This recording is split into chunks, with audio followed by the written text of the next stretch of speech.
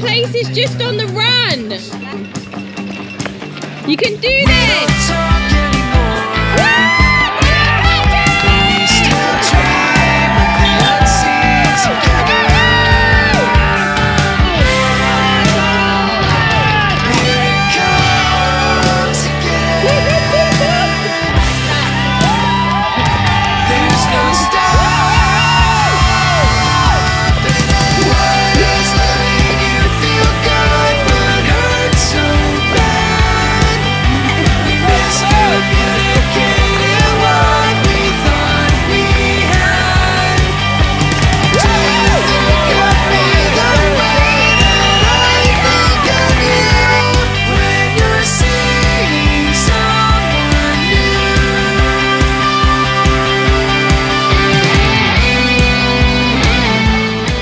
So bike check-in's done, bag check-in's done, weigh-in's done, funnily enough.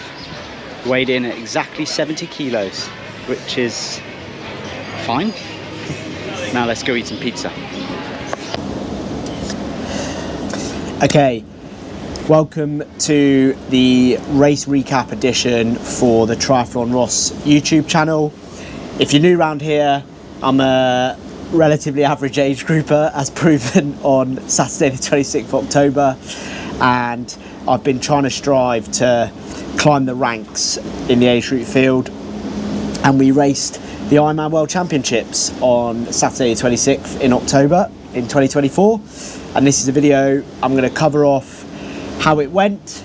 It's unscripted. It's obviously an incredibly raw experience still. I had pretty lofty ambitions, and without spoiling the whole thing, the race didn't go anywhere near to plan, which is really disappointing. I did post on Instagram briefly how I feel, and I honestly have been overwhelmed with the response. I think it's the first time that I've posted on social media and been so open and honest and not had one negative comment or message. So morning of the race, got to transition pretty much when it opened, which I think is around 4:30. I was always a bit nervous about how the flow would work with the wave swim start, so I wanted to make sure I got to my bike early, set it all up, put my shoes on, put my bottles on, and then gave myself the opportunity to get into the right pen, etc., and ultimately near the front of that pen, so that when we got in the water to swim to the start line, I had a bit of time to do a bit of swimming, and B, could make sure I'm near the front of the start. That part was relatively smooth actually, and I maybe didn't need as much time as I gave myself. It also was way easier to kind of jump into the correct pen on a leaky drive than I thought it might be. Previously, when I've done Kona, once you've gone through the transition area, you don't tend to see your friends and family again, and I actually found myself standing with them pretty much until we needed to get into the water, which was good.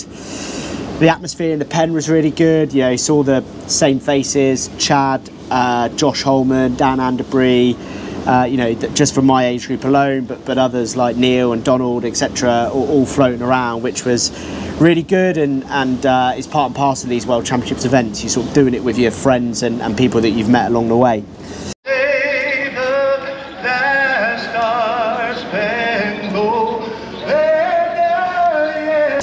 Got into the water. There's a lot of talk post-race of jellyfish stings, etc. Now, I did have this sharp pain on my lip pretty much as soon as I got in, and I didn't really think much of it, but I think on reflection I definitely was stung, but it was only for that short period of time. But anyway, got to the start line. I started on the far right hand side, and my plan was effectively to swim the buoy line and not necessarily potentially swim any further distance than necessary. I knew it would probably be the more congested side, but ultimately I wanted to get stuck in and hopefully find some feet and what have you. Found myself pretty much shoulder to shoulder / just behind Josh Holman, which is a friendly face and so forth, and was good to be around. And before you know it, the gun goes off. Now, in the practice swim and in the previous year I'd raced here, the way out has always been slightly faster, and then on the way back has been the slightly slower. So my approach was going to be get to the body glove boat, which is halfway, as easy as you can. I also was conscious I didn't want my core temperature to go sky high, as it did go quite high on the practice swim. so I wanted to make sure I was swimming as fast and efficiently as possible. Got to the body glove boat, and I felt I'd been swimming pretty well. I probably was slightly under my normal effort level, which was fine.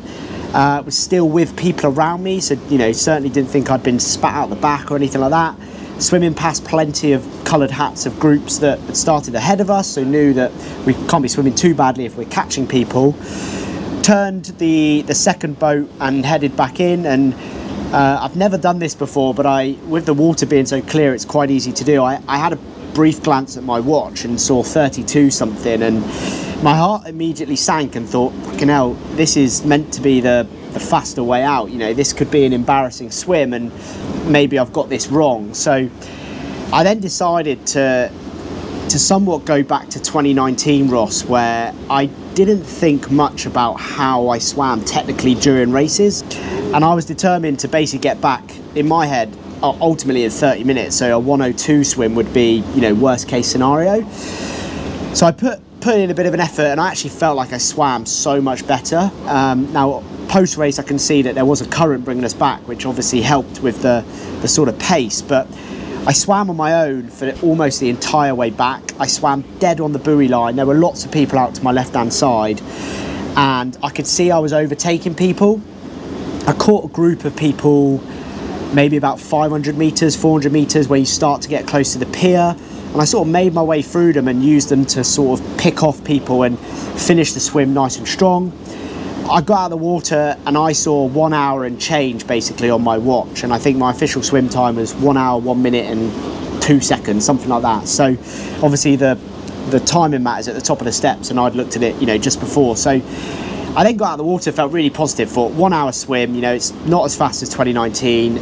So yeah, it felt relatively positive then, and although I didn't feel great during the swim, and I knew it, ideally I really wanted to be swimming 57, 58 minutes, it wasn't going to be, the end of my race, if you like. Then made my way through transition. I had a brief shower, picked up my bag. I did have some calf guards in my bag that I was tempted to put on. Decided not to put them on.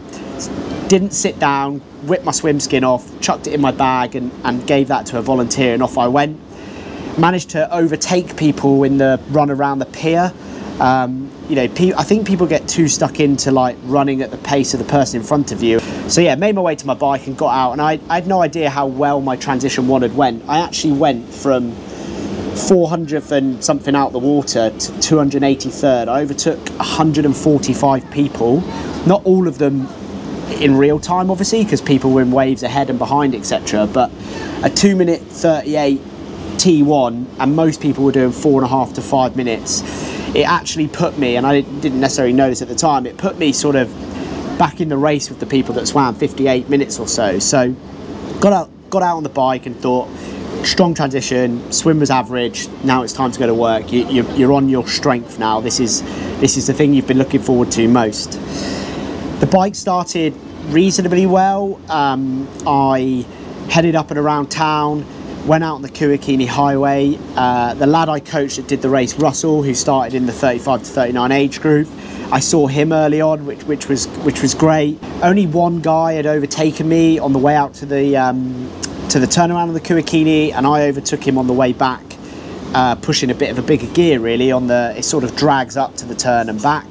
So at that point I felt relatively comfortable with how things were going. I wasn't looking at power. The only thing I was looking at there was bringing my heart rate down, as it's obviously started higher than I would have liked it to have been, and it always does at the start of the bike leg. You spend the first 10-15 minutes bring it down. Once I got to the top of Polani, I think that was the first 20 minutes or so of the bike, I started lapping my Garmin every 20 minutes.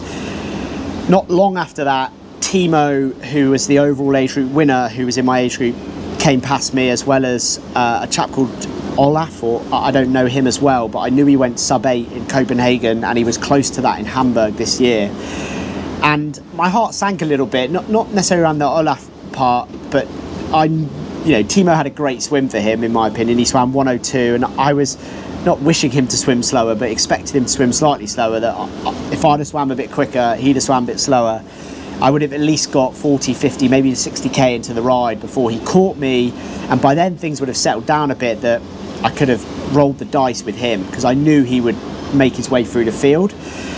I had a go at riding with him, and to be honest, it wasn't even that hard power-wise.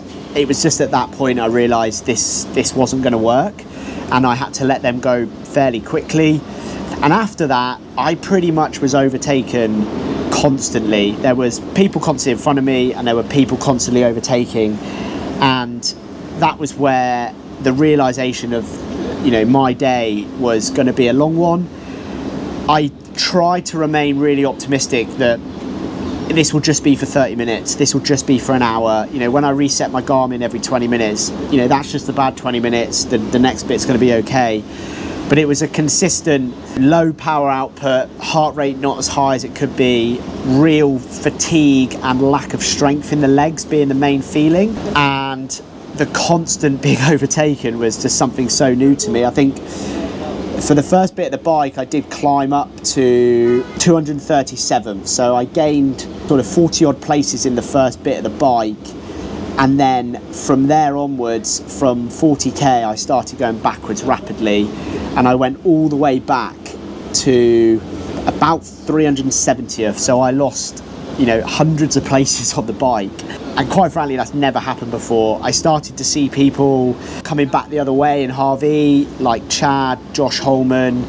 I could see Donald catching me, and Dan Anderbury and others, and I just was not at the races, and seeing them pulling away or riding past me and I having no opportunity to respond was just really tough.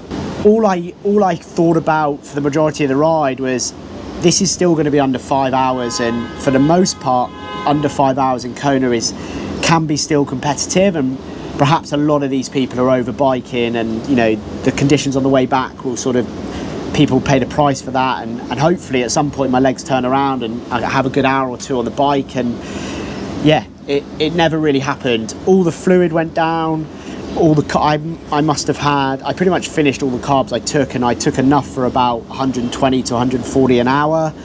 Had a whole pack of Haribo. I had water at every aid station. I didn't really ever feel super hot. I just felt really weak, like I could push no more. I think for the ride, although we do need to take the power with a pinch of salt, I averaged 180 watts, which is what I averaged in 2019. I do think, and we do think, Amy's pedals probably read a little low, but yeah, to push that amount of power, that's sort of what I ride my like really easy rides at. So yeah, my power goal was somewhere in the 230 to 240 range, and looking at some files of the boys at a similar weight, similar sort of ability of me that rode 230, 240, they all rode mid to low 430s, which is where I thought I would be. So a good 15, 20, 25 minutes down, and ultimately that's where I needed to be anywhere near the race. The last hour of the bike, I did catch a few people, but I don't necessarily think through me upping my game too much. I certainly was pushing slightly more power than I had. That did fill me with a little bit of hope that, you know, there are plenty still out there to hunt down, albeit they might be in different age groups and what have you. But yeah, that was it. That was the bike. It was a very humbling / frustrating 5 hours that, you know, I didn't have even an hour of feeling great. Got into transition. They don't have bike catchers anymore, so you take your bike back to the rack, but they did have people that shouted your number. They kind of went and stood by it, which was good. Racked my bike, ran into the change tent, got covered in ice and cold towels, which was really nice. Put my running kit on. Again, had a pretty good T2 comparatively to the field. Again, just under 3 minutes compared to sort of 4 or 5 minutes of the norm. Got out on the run, and there was a little bit of a YOLO moment, although the game plan on the run, and Coach and I had spoke about this a lot in the week, is that the plan was to run around 155 heart rate, but when I'd been running at the pace I'd hoped to run during the week, my heart rate had been mid to low 160s, and we sort of agreed that you can run in the 160s, but it is a big risk, and you will have to fuel maybe a bit more than you planned to. So that was the game plan, and I sort of packed a bit more fuel than usual. Like, I was going to still try and take 120 grams of carbs on the run, and I was going to try and still run that 305 sort of marathon, which is what we thought I was capable of doing. I set off out of transition, and I didn't have my watch lapping, so I went for every 5k. And genuinely the first 10k was, I mean, it was great. When I say I didn't enjoy any of the 9 hours and 24 minutes I was out there, maybe that 10k, that 41 minutes or so was the shining light. That out and back along Alley Drive, I did feel the best I probably have ever felt in any Ironman, in any triathlon, off the bike.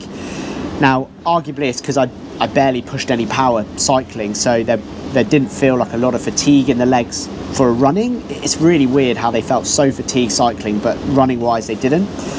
But I set off and I was maybe a bit hot for the first couple of miles, but at that point I had nothing to lose, and I was overtaking a lot of people. There was already people walking, and so I just took that as kind of motivation. Got back to Palani, which is about the 12k of the run. Last time I walked up it, so in my head this time you're running up it. So I ran up the majority of it. I only walked briefly during the aid station, got up on the Queen K, and at that point I was still on pace for sort of just over 3 hours. Set off down the Queen K, and I suppose this is where a bit of experience would have helped to some degree, is when I came in off the bike knowing that it was a headwind coming in, it would have been a tailwind out on the run, and very quickly I felt really hot, and it was the one and only moment where I felt, you know, I'm risking it here in terms of a bit dizzy, I need to cool myself down.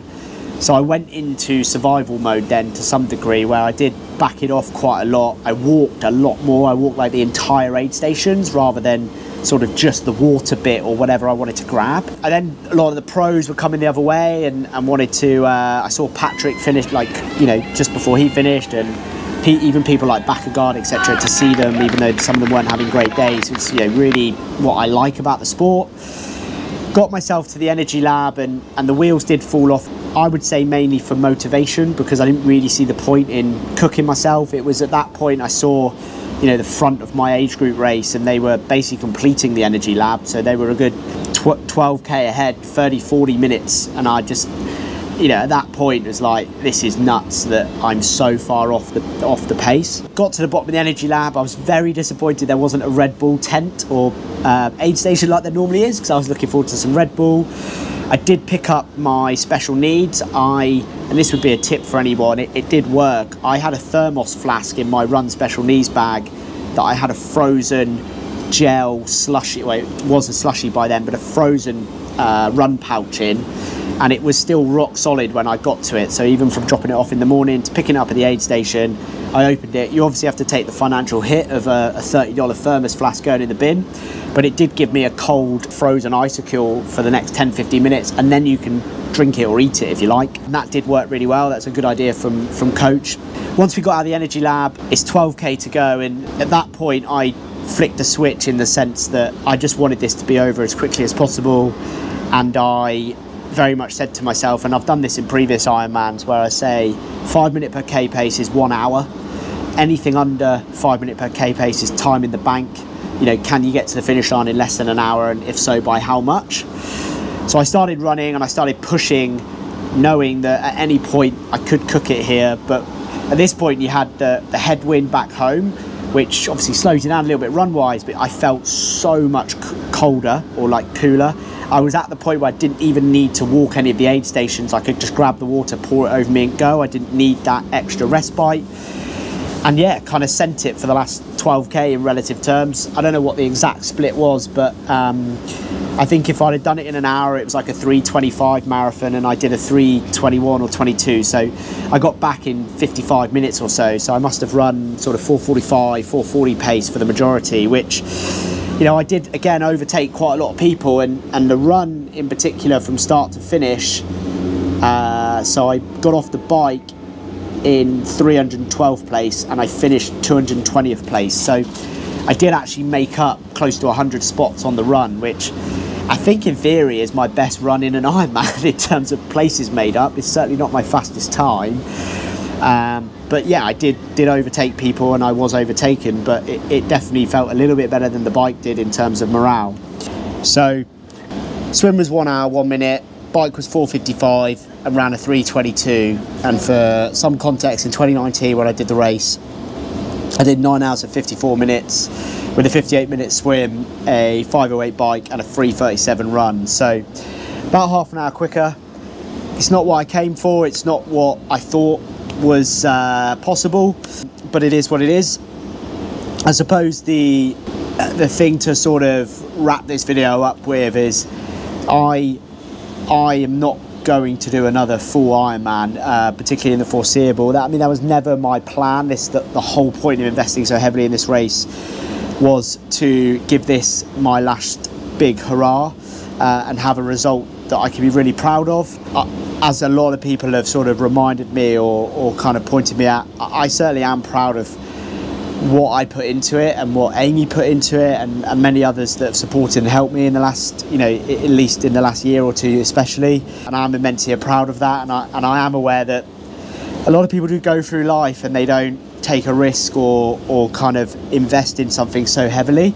However, the positive news, I suppose, is I never intended to not do a triathlon again, and I did have a debrief with coach this morning, and I do intend to go back and work with Bex and work towards some other goals next year. I don't quite know what they are yet, and I'll obviously save that as a good YouTuber for a different video once I've sort of cleared things in my head a bit and chatted to Amy and others and sort of written them down and sort of penciled things in. But yeah, in the short term, I'm going to have a month or so off, going to get back to work. I owe a lot to my 9-to-5 job, especially in terms of the amount of time they've allowed me to have off, but also patience when I came back briefly and have gone away again. So I'm going to go work my socks off for a little bit and repay that sort of loyalty, see where that takes me and what career avenues that opens up. I obviously care and do care passionately about having a professional career as well as a hobby that we all do. And then we'll see where we go in 2025. But yeah, thanks for everyone that's followed along. Thanks for all the new followers that have come along in the last couple of weeks. I'll leave you with a sunset over Waikiki. I'm going to go take some drone footage in a bit when the sun goes down. But yeah, over and out for now, and thanks for watching. Cheers.